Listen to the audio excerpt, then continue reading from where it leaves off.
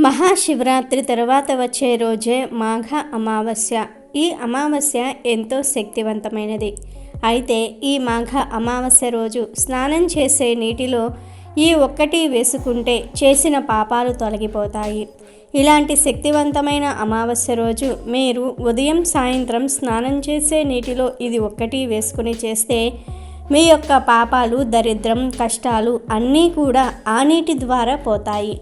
అంతేకాదు, మాఘ అమావాస్యకు ఇలా స్నానం చేయటం వలన మీ ఒంట్లోని చెడు శక్తులన్నీ కూడా బయటకు పోతాయి.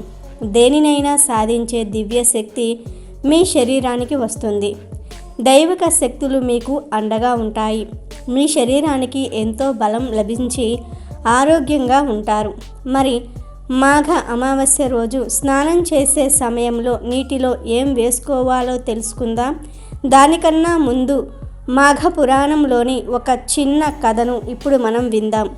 ఒకసారి శివుడు పార్వతీదేవికి మాఘమాస మహత్యమును గురించి ఇలా చెప్పసాగాడు. ఒకనాడు గౌతమ మహర్షి తన శిష్యులతో కలిసి తీర్థయాత్రలు చేయుటకై ఉత్తర దిక్కుకు బయలుదేరాడు. వారు అనేక పుణ్య నదులలో స్నానములు చేయుచు ప్రసిద్ధ క్షేత్రములను దర్శించుచు మార్గము ముందున ముని పొంగవులతో ఇష్టాగోష్ఠులు జరిపించుకొనుచూ ఉన్నారు. అప్పటికి మాఘమాసము ప్రవేశించుట వలన కృష్ణానదిలో స్నానము చేయవలసినదిగా ఆ ప్రాంతమునకు వచ్చి విడిది చేసిరి. గౌతమ ముని తన శిష్యునితో కలిసి కృష్ణానదిలో సూర్యోదయ సమయంలో స్నానం చేసి తీరమున ఉన్న ఒక రావి చెట్టు వద్దకు వచ్చి శ్లోకాన్ని ఈ విధంగా చదివాడు.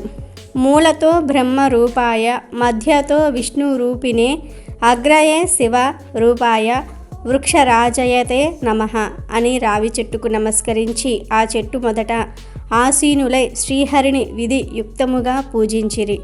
ఆ తరువాత శిష్యులందరికీ కూడా మాఘమాస ప్రభావమును వివరించారు. ఈ విధంగా ప్రతి దినము కూడా ఆచరించుచూ ఉండగా ఒకరోజు ఆ చెట్టు మొదట మండపము ఏర్పరిచి ముగ్గులు వేసి బొట్లు పెట్టి మామిడాకు తోరణాలు కట్టి అలంకరించుకున్నారు. ఆ మండపము మధ్యలో శ్రీహరి చిత్రపటం ఉంచి పూజించినారు.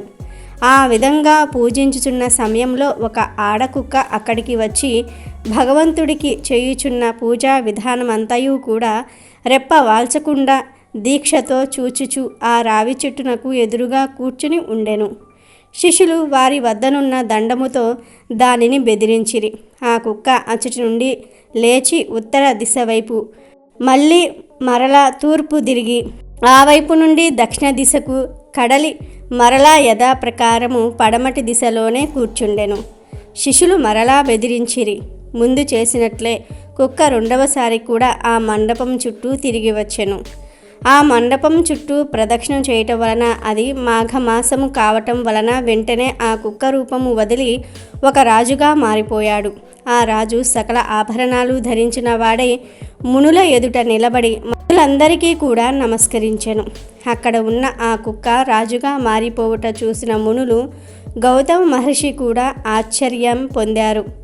ఓయి, నీవెవరవు? నీవిట్లు మారుటకు కారణమేమి అని గౌతముడు ప్రశ్నించాడు. ముని చంద్రమ, నేను కళింగరాజును. మాది చంద్రవంశం. నా పేరు జయచంద్రుడు. నాకు అన్ని విద్యల యందు ప్రాముణ్యం గలదు. నా దేశ ప్రజలను ధర్మ మార్గమున పరిపాలన చేయుచూ ఉన్నాను. దాన ధర్మములంటే నాకు అతి ప్రేమ. నేను అనేక దానాలు చేసి ఉంటిని. గోవు, భూమి, హిరణ్య సాల గ్రామదానాలు కూడా చేసి ఉన్నాను. ఎక్కువగా అన్నదానం, తిలదానం చేసి ఉన్నాను. అనేక ప్రాంతములలో చెరువులు త్రవ్వించి ఉన్నాను. నూతులు త్రవ్వించి బాటసారులకు నీడనిచ్చు నిమిత్తం అన్న సత్రములు, మంచినీటి చలివేంద్రములు, మరెన్నో పుణ్యకార్యాలు చేసి ఉన్నాను. అనేక దేవాలయాలను నిర్మించి దైవ విగ్రహాలను ప్రతిష్ఠించినాను. సద్బ్రాహ్మణుల చేత వేదాలు చదువు పండితుల చేత ఎన్నో క్రతువులు చేయించి ఉన్నాను. పురాణాలలో ఉన్న అన్ని ధర్మాలను చేసి ఉన్నాను. కానీ నేనిలా కుక్కనయ్యాను. దానికి కారణం లేకపోలేదు. ఆ కారణం కూడా మీకు తెలియపరుస్తాను వినుడు అని ఇలా చెప్పటం మొదలుపెట్టాడు. ఒకానొక దినమున ఒక ముని పుంగవుడు గొప్ప యజ్ఞం ఒకటి తలపెట్టాడు. యజ్ఞం చెయ్యాలంటే సామాన్య విషయం కాదు కదా. దానికి కావలసిన ధనం వస్తు సముదాయం చాలా కావలెను. కనుక ఆ ముని పుంగవుడు నా వద్దకు వచ్చి అర్థించెను. మునుత్తముడు వచ్చిన వెంటనే ఎదురేగి కాళ్ళు కడిగి ఆ నీళ్లు నా శిరస్సుపై చల్లుకొని కుశల ప్రశ్నలు అడిగి తిని. ముని కూడా మిక్కిలి సంతసించి, రాజా, నీకు గుప్త విషయములు తెలియజేయుదును. ఈ మాసంలో మకర రాశి యందు సూర్యుడు ప్రవేశించును. ఆ దినము సూర్యోదయం అయిన తర్వాత నీవు స్నానం చేసి భక్తి శ్రద్ధలతో మాఘమాస మహత్యము చదువుట గాని లేక వినుట గాని చెయ్యుము. దాని వలన నీకు వైకుంఠ ప్రాప్తి కలుగును. అంతేకాక అశ్వమేధయాగం చేసిన ఎడల ఎంతటి ఫలితము కలుగునో అంతటి ఫలము గాని, తీర్థ స్నానాలు చేయగా వచ్చిన ఫలము గాని, లేక దాన పుణ్యములు అనగా పంచయాగాలు చేసినంత పుణ్యములు అనగా పంచయాగాలు చేసినంత ఫలము గాని పొందగలవు.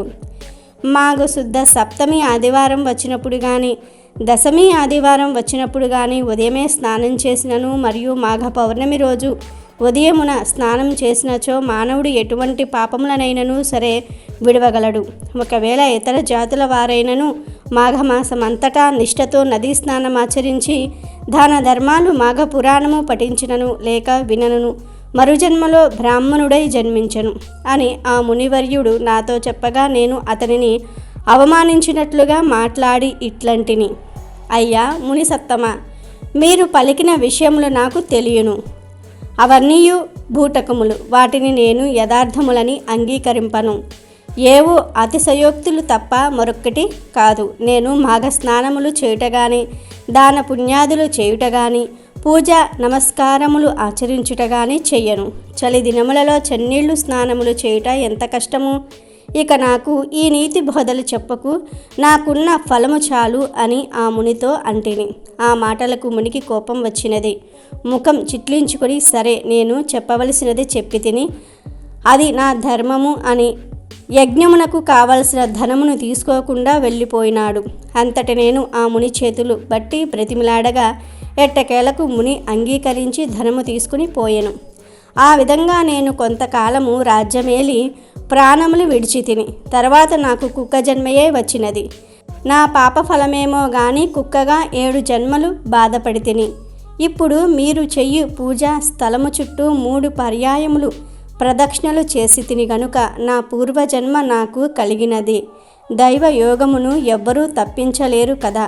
ఇటులా కుక్క జన్మతో ఉండగా మరలా నాకు పూర్వజన్మ ఎటుల సంక్రమించినదో వివరింపండి అని వేడుకున్నాడు. ఆ రాజు చెప్పిన మాటలకు ఆ ముని ఆశ్చర్యపడి, మాఘమాసమును నీవు చులకనగా చూచుట వలన ఎంతటి విపత్తు కలిగినదో తెలుసుకున్నావా? అనుభవమే చెప్తున్నది కదా నీకు. నీ వద్దకు వచ్చిన ముని సత్తముడు, ఉత్తముడు. అతడు పలికిన విషయములన్నీ కూడా యథార్థములే. నీవి కుక్కవై ఎటుల పవిత్రుడైతవో ఆ వృత్తాంతమును వివరిస్తాను, విను. సావధానుడవై ఆలకింపుము.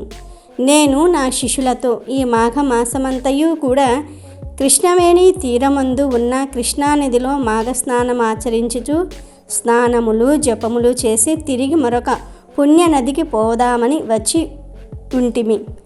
మేమందరము ఈ వృక్ష రాజము కింద విష్ణు విగ్రహాన్ని పెట్టి పూజించుకునుచూ ఉన్నాము.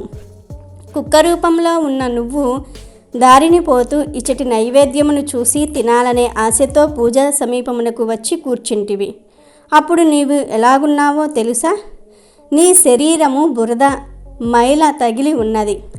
చూచుటకు చాలా అసహ్యంగా ఉన్నావు. పరిశుద్ధమై భగవంతుని పూజ చేయుచున్న సమయంలో అచటకు జంతువు గాని పక్షి గాని వచ్చి ఉన్నా దానిని తరిమివెయ్యుట సహజమే కదా. నీవు అసహ్యంగా ఉన్నందున శిష్యులు నిన్ను తపోదండంతో తరిమిరి. నైవేద్యం తినాలనే ఆశతో ఈ మండపం చుట్టూ తిరిగి యథాస్థానమునకు వచ్చి కూర్చుంటివి. మరల నా శిష్యులు నిన్ను కొట్టబోవుటచే తిరిగి మళ్ళీ వచ్చి ఉన్నావు. అట్లు 3 పర్యాయములు తిరుగుటచే భగవంతుడు నీ రూపమును మార్చి నిజ రూపమును ప్రసాదించినాడు. అనగా మాఘమాస ఫలం భగవంతుని మండపం చుట్టూ తిరగటం వలన పునర్జన్మ వచ్చిందన్నమాట. ఇక మాఘమాసమంతయు నదిలో స్నానం చేసి భగవంతుణ్ణి ధ్యానించి పురాణ పఠనం చేసినచో ఎంతటి ఫలం వచ్చునో ఊహించుకొనుము అని గౌతమ ఋషి చెప్పగా రాజు మిగులు సంతోషించి గౌతమ ఋషికి అతని పరివారం అంతటికీ కూడా నమస్కరించినాడు. కాబట్టి మాఘమాసం ఎంతో విశేషమైనది. ఈ మాసంలో కనీసం ఒక్కసారి అయినా సరే మాఘ స్నానం చేస్తే సకల పాపాలు పోతాయి, ఎంతో పుణ్యం కలుగుతుంది అని శివుడు పార్వతీదేవికి మాఘమాస మహత్యమును వివరించినాడు. ఇక వీడియోలోకి వస్తే మాఘ అమావాస్య ఎంతో శక్తివంతమైనది. ఎవరైతే ఈరోజు పెద్దలకు తర్పణాలు సమర్పిస్తారో వారి 1000 సంవత్సరాలు శ్రాద్ధం చేసిన ఫలితాన్ని పొందుతారని పురాణాలు చెప్తూ ఉన్నాయి. ఈ అమావాస్య మాఘమాసంలో చివరి రోజు కనుక కుదిరిన వారు నదీ స్నానం చేస్తే చాలా మంచిది. అలా నదీ స్నానం చేయలేని వారు ఇంటి వద్దే అయినా సరే మాఘ స్నానం చేయండి. గుర్తుంచుకోండి, ఈ స్నానాన్ని సూర్యోదయానికి ముందే అరుణోదయ కాలంలో చేయాలి. అలా స్నానం చేసేటప్పుడు తులసి ఆకులను లేదా 1 స్పూన్ పసుపును నీటిలో వేసుకుని స్నానం చేయాలి. ఈరోజు ఇలా చేస్తే జన్మల పాపాలు, దరిద్రం, కష్టాలన్నీ కూడా ఆ నీటి ద్వారా పోతాయి. అంతేకాదు ఇలా ఈరోజు స్నానం చేయటం వలన మీ ఒంట్లోని చెడు శక్తులన్నీ కూడా బయటకు పోతాయి. దేనినైనా సాధించే దివ్యశక్తి మీ శరీరానికి వస్తుంది.